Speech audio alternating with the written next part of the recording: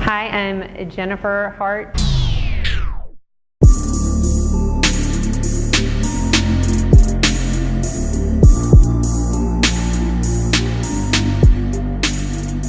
Originally from North Carolina, here in Texas, and a mom, love art.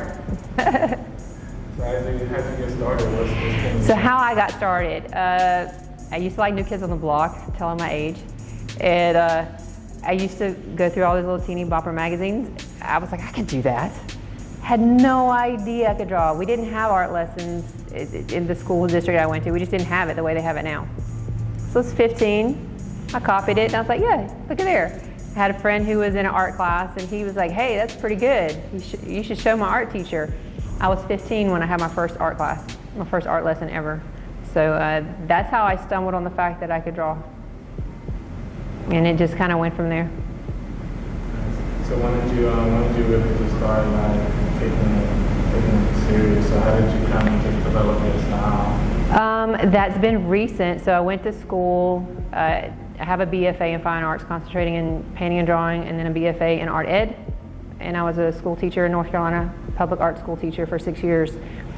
Mom took over. I had 4 kids, and I don't know, this past year and a half, I decided once I found out that my now 7-year-old, he said something about drawing. My 17-year-old is very gifted and is going to Creative Institute in Detroit. She got accepted. So everybody always knows, all the kids knew her as a drawer, her as a drawer. And I said, I could draw that for you. And he looked at me all funny, like, what do you mean you know how to draw? And I'm like, I know how to draw. And I realized my older 2 kids knew who I was as an artist. My babies, 5 and 7, they had no idea who I was. I had become so lost in following that marriage, I left who I was off, and they had no idea, and it actually made me cry. So I said, you know what, it's time. So I picked up a brush, I picked up some paper, and the first one I had really done again was one that was more of an art therapy piece than anything. And once we moved to Texas, I decided to take a picture of the house, or not the house, of the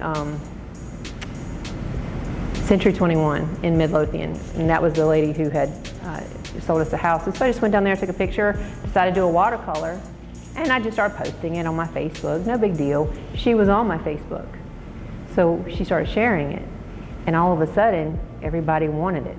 I'm like, whoa, what, you want this? And then I realized, wait a minute, and I just started developing ideas. So then I made prints, and they were sold before I even got them in. So then I started selling artwork. I got commissioned, and it just took off from that. And so I migrated from the watercolors. I still love them, but that was more trying to conform. They're very tight. They're very realistic. They're actually not even traditional watercolors. But where my heart, I just kept aching for like the brush strokes and just the passion in it.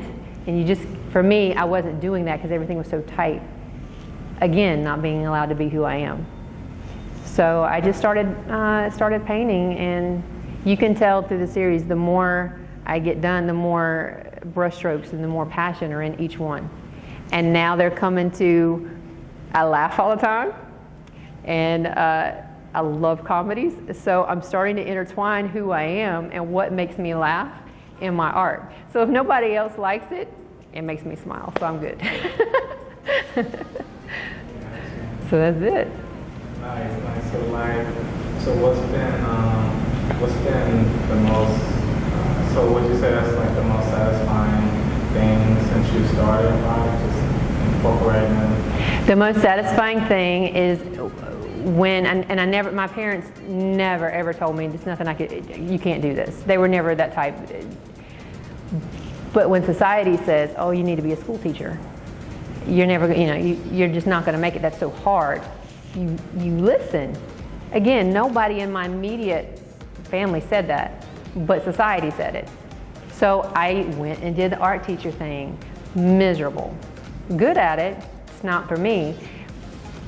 But then I just realized as I got older and I started doing this, what makes it successful was the fact that I would look at it and go, I just painted that. And that's way better than it used to be. I'm actually pretty good. I think I'm gonna do another one. And actually being able to do them, and every one I do, I see my growth, even at my age. So I'm not gonna say you can teach an old dog new tricks because I'm not old, but. So.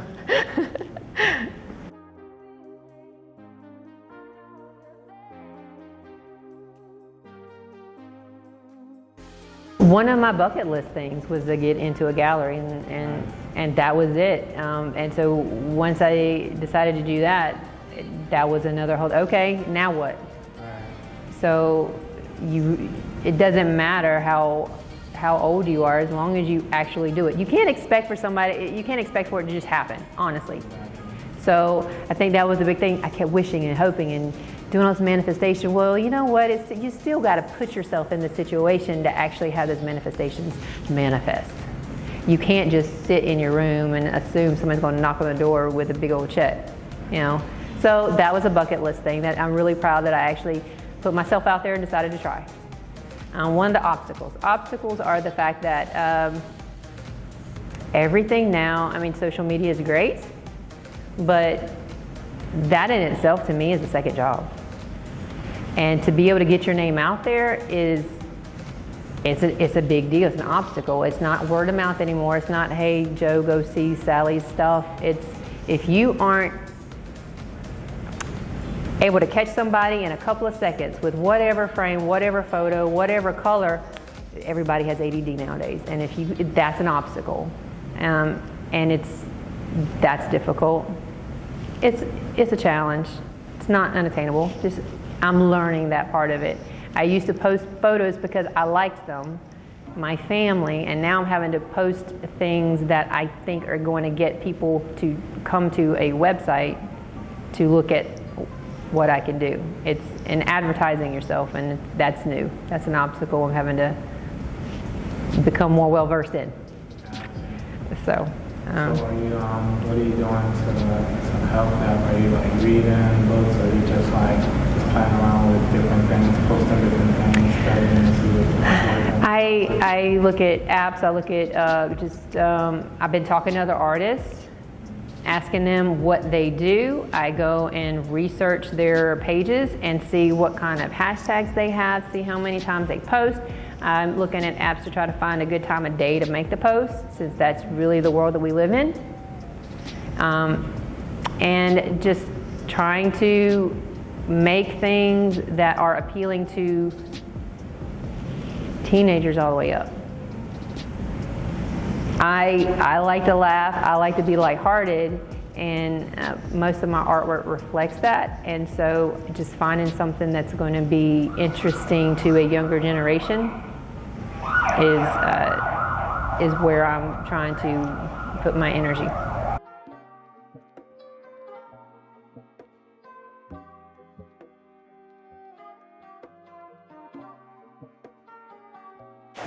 It's really never, now is all, there's never going to be another time other than right now. So you can't wait for tomorrow, because it's never going to be tomorrow. It's always going to be now. So you're going to have to actually start what you want to do with the rest of your life now. Yesterday's was a now at some point in your life. So if you want to do it, you're just going to have to start now. And know that right now, it's always good enough. Let's see, Facebook is Hart Art, JENNHART ART. Instagram is J_Hart, HART_art. And redhead-artist.com is the official website. So you can actually go there and click on things and view the galleries. There are several of them for sale if you would love to have a piece of me hanging in your home.